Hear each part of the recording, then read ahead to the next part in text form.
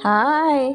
साधी, सिंपल, सोपी आणि टेस्टी दुधी भोपळ्याची भाजी डब्यात देऊ शकतो. मुलांना आवडेल अशी केल्यानंतर तुम्ही पण म्हणजे मी म्हणेल की बोटं चोकून खाणार.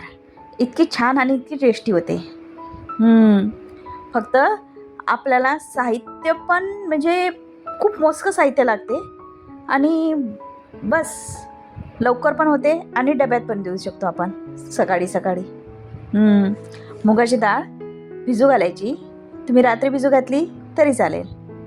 लसूण लागतो भरपूर आणि एक भोपळा. बघा लसूण सोलून मी एवढा ठेवला आहे. आता दुधी भोपळ्याचे साल काढून घ्यायची. तुम्हाला साल आवडत असेल तर राहू द्या, पण मला नाही आवडत. मला ती कचर कचर लागते म्हणून मी काढून टाकते. आता दुधी भोपळ्याला कट करून घ्यायचं. बघा छोटे छोटे साईजमध्येच कट करायचं, जास्त मोठी साईज नको आहे म्हणजे लवकर शिजेल.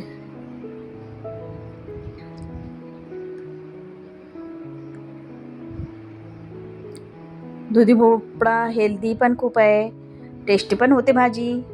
आणि मुगाची डाळ तर प्रोटीनयुक्त आहेच. वाट कसली बघताय, करून बघा की हो. आणि मी म्हणेल ज्यांना आवडत नाही ना ते पण खातील. इतकी छान आणि टेस्टी भाजी होते. बघा कढईमध्ये तेल टाकायचं. 2 पळी टाकले मी. पळी जास्त मोठी नाही आहे माझी, 1 चमचा असं. तर 2 चमचे तेल घ्यायचं, तुम्हाला आवडेल तसं. आता मोहरी टाकायची. समजा तुम्हाला तेल म्हणजे कमी टाकायचं आहे तर वरून तडका द्या, म्हणजे तेल भाजीला वरून दिसेल. आता मी लसूण ठेचून घेतला होता आणि जिरं आणि लसूण टाकला. बघा आणि आवडीनुसार तिखट आणि हळद असं घ्यायचं. आता धने पावडर आणि हिंग एवढंच टाकायचं. बघा हिंग थोडं मी अर्धा चमचा घेतला आहे, थोडं जास्त घेतलं आहे, टेस्ट येते छान. आता भोपळा टाकायचा आणि भोपळा मिक्स केल्यानंतर थोडं गरम पाणी टाकायचं वरून. कोमट पाणी असलं तरी चालेल.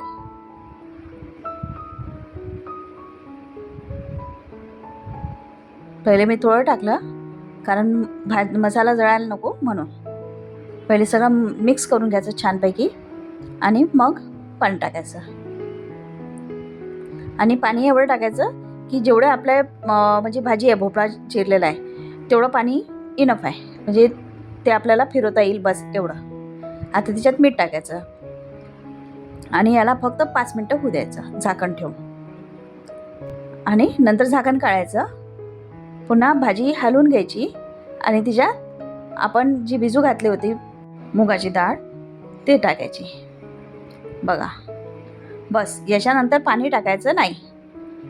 आता झाकण ठेवायचं आणि पुन्हा 5 मिनटं होऊ द्यायचं, कारण डाळ भिजू घातले त्यामुळे लवकर शिजून येते. आणि भोपळा अर्धा झालेला आहे आपला. आणि बघा 5 मिनटानंतर कसं होतंय भाजी. बघा आता पुन्हा 5 मिनटं हिच्यावर झाकण ठेवून होऊ द्यायची. झाली की आपली भाजी तयार. आता बघा मी हलवून दाखवते. हिच्यामध्ये पाण्याचं प्रमाण नाही आहे. आपण म्हणजे डबा भरेपर्यंत हे जी पाणी आहे ते पण सुकून जाईल आणि भाजी आपली कोरडी होणार छान. आणि तुम्हाला रसा हवा असेल तर मग थोडं राहू द्या पाणी. बघा भोपळ्याचे म्हणजे भोपळा पण असा जास्त शिजला नाही, डाळ पण अशी जास्त शिजली नाही.